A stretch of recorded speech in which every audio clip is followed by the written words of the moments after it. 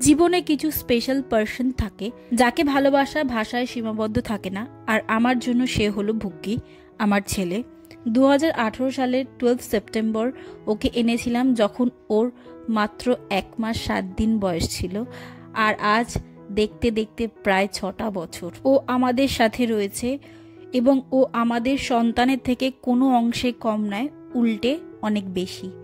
7th August ওর birthday. ও ভীষণ দুরন্ত, এক জায়গায় বসতে চায় না, কিন্তু খুব ভদ্র ছেলে।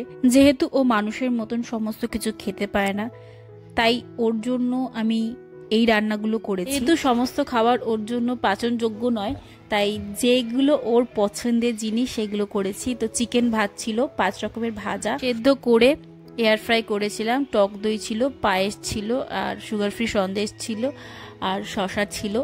আর সবার লাস্টে আমি রেখেছিলাম হচ্ছে ভ্যানিলা আইসক্রিম, এটা ওর খুব ফেভারিট, আর এটা আমি ওকে সবার শেষে দিয়েছিলাম। এবং বাবা মা দুজনকে পেয়ে ও ভীষণ খুশি, তার মধ্যে ওর সবকটা পছন্দের লেগেছে, তাই গলাটা একটু ভেঙে গেছে। তোমরা নিশ্চয়ই আমার ভয়েসটা শুনে বুঝতে পারছো।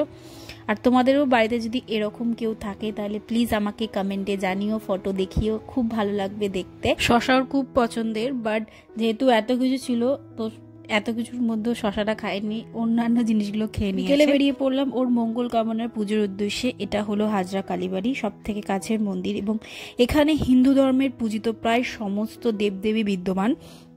তোমরা কমেন্টে জানাতে পারো, তাহলে আমি এই ডিটেলস ভিডিও নিয়ে আসবো। মন্দির চত্বরটা ভালো করে পরিদর্শন করার পর আমরা জগন্নাথ দেবের কাছে ওর মঙ্গল কামনায় মাথা নত করে পুজো দিয়ে আত্মতুষ্টি করলাম।